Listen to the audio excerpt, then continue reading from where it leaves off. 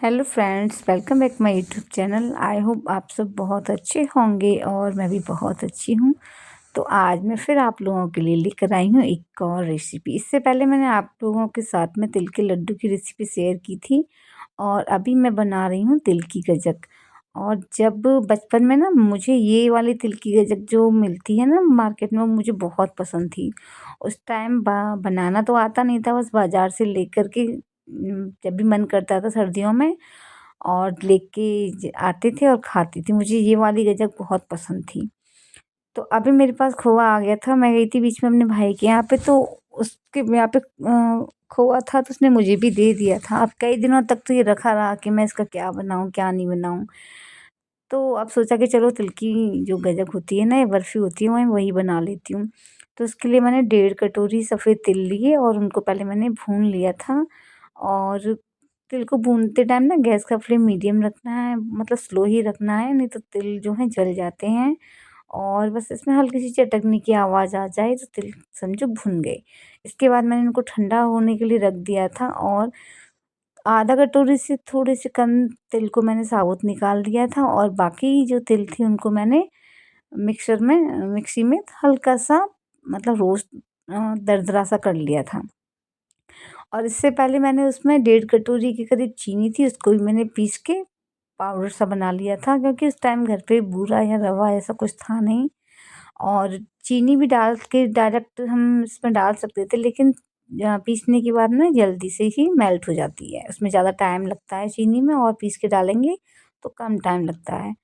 अब जो खोआ था ना, वो करीब 2 कटोरी के करीब था, तो उसको मैंने पहले कढ़ाई में डाल के हल्का सा, मतलब मेल्ट कर लिया था। और फिर थोड़ी देर, क्योंकि ये ऑलरेडी ना खोआ इतना ज़्यादा भुना हुआ था, उसने बहुत ज़्यादा भून दिया था, तो मैं कभी भी जब भी खोआ वगैरह घर पे बनाती हूँ ना, तो मैं उसको इतना लाल नहीं करती हूँ, क्योंकि मुझे ये वाला लाल कलर वाला खोआ मुझे कम पसंद आता है। तो मैं उसको हल्का, मतलब सफ़ेद ही रहने देती हूँ, ज़्यादा नहीं भूनती हूँ मैं उसको। तो इसके बाद में मैंने जो चीनी थी, चीनी का जो पाउडर था 1.5 कटोरी के करीब, वो डाल दिया और उसके बाद में थोड़ी देर और इसको पकाया कि थोड़ा-सा ये और गाढ़ा हो जाए। अब इसके बाद जो दरदरी की हुई हमारी जो तिल थे ना, सफ़ेद तिल, उनको मैंने डाल दिया था और ऊपर से जो साबुत तिल मैंने निकाले थे ना, उनको भी डाल दिया था। अब इसके बाद में इनको अच्छे से मिक्स करना है और तब तक हमें इसको चलाते रहना है जब तक कि ये मिक्सचर थोड़ा-सा गाढ़ा ना हो जाए, क्योंकि अगर पतला होगा तो फिर ये जम नहीं पाएगा। और गैस का फ्लेम लो ही रखना है और इसको लगातार चलाते रहना है। तो यहाँ पे आके थोड़ा-सा इस चीज़ में 10 से 15 मिनट का टाइम लग जाता है और लगातार चलाते रहते हैं तो थोड़े से हाथ भी थक जाते हैं। लेकिन अ, अगर हम इसको चलाएँगे नहीं तो फिर ये खोआ जो है कढ़ाई में लग जाएगा और फिर जल भी जाएगा, तो इसलिए इसको लगातार चलाना भी ज़रूरी है। और इसी के साथ-साथ मैंने बीच में थोड़ा-सा गैस को बंद कर दिया था और एक थाली में मैंने घी लगा दिया था, क्योंकि जब ये हमारा जो बर्फ़ी का पेस्ट है ना गाढ़ा हो जाएगा, तो फिर उसको फटाफट से हमें जमाना होता है। तो इसको चलाने के बाद जब ये गाढ़ा हो गया तो फिर मैंने गैस को बंद कर दिया और उसके बाद जो थाल में मैंने घी लगाया था ना, उसमें मैंने इसको फैलाना शुरू कर दिया। अब इस ये सब काम ना हमें थोड़ा जल्दी करना होता है, क्योंकि एक तो सर्दियों का टाइम है, ऊपर से जब ये प्रॉपर मतलब गाढ़ा हो जाता है तो फिर थोड़ा-सा जल्दी जम जाता है ये। अब इसके बाद में मैंने एक छोटी-सी चम्मच से पहले तो इसको फैलाना शुरू किया, लेकिन चम्मच से ना वो ठीक से फैल नहीं पा रहा था। तो इसके बाद मैंने बड़ा वाला जो पलटा होता है ना, वो लिया और उससे फिर मैंने इसको फैलाया और उसको थोड़ा-सा मैंने पानी में भिगो लिया था, क्योंकि जब अगर वो सूखा ही इसको लगाएँगे ना, तो ये जो खोए का जो बर्फ़ी है ना, वो उससे चिपक जाती है और फिर पूरी तरह से वो फैल नहीं पाता है। और यहाँ पे मैंने थोड़े से बादाम और पिस्ता ले लिए थे, उनको बारीक कट कर लिया था और उसके बाद उसको भी अच्छे से फैलाने के बाद में उसको सेट कर दिया। और ये जो बर्फ़ी है ना, मैंने बनाई थी रात के टाइम, तो अभी मैंने इसको ढक कर के पूरा रख दिया था। और नेक्स्ट डे अब सुबह जब मैं फ्री हो गई, तो इसके बाद में फिर मैंने इसके पीसेस कट किए थे।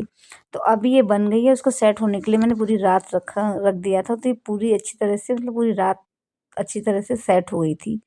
अब इसके बाद में सुबह मैंने इसके पीसेस कट किए और ये काफ़ी अच्छी तरह से जम गई थी। और इसके पीसेस भी बस निकालने में थोड़ी ही परेशानी ये थी कि इसमें जो मैंने घी लगाया था ना थाली में, वो थोड़ा-सा कम रह गया था। तो 1-2 बार थोड़ा-सा चिपक रही थी, लेकिन जैसे ही मैंने 1-2 बर्फ़ी निकाली, इसकी 1-2 पीस निकाले थे, तो उसके बाद जगह अच्छे से बन गई थी। और इसको मैंने छोटी-छोटी पीसेस में कट कर लिया था। तो ये जो तिल की और खोए की जो बर्फ़ी है ना, वो बनकर हो गई थी रेडी। और इसमें ना बस ये खोआ थोड़ा-सा ज़्यादा भुना हुआ था, तो बस वही चीज़ मुझे थोड़ी-सी कम पसंद आई थी। वैसे इसका टेस्ट तो बहुत अच्छा था, बट कलर वाइज़ मुझे ना वो सफ़ेद वाली जो तिल की बर्फ़ी या जो गज्जक होती है ना खोए वाली, वो ज़्यादा पसंद आती है। तो फ लेकिन खाने में टेस्टी लग रही थी। और फ्रेंड्स, ये देखिए बन कर के हमारी जो तिल की जो बर्फ़ी है ना, एकदम परफ़ेक्ट बन के रेडी हो गई हैं। और इसके पीसेस भी काफ़ी मतलब अच्छे थे, ना ज़्यादा मोटे ना ज़्यादा पतले। और मैंने एक-एक करके सारे पीसेस निकाल लिए थे। इसके बाद मैं इनको ना डब्बे में भरने वाली थी, फिर पता नहीं पड़ोस में से कोई आ गई थी, तो फिर उसके बाद मैंने उतना ही वीडियो बनाया था। तो फ्रेंड्स, मिलते हैं नेक्स्ट व्लॉग में।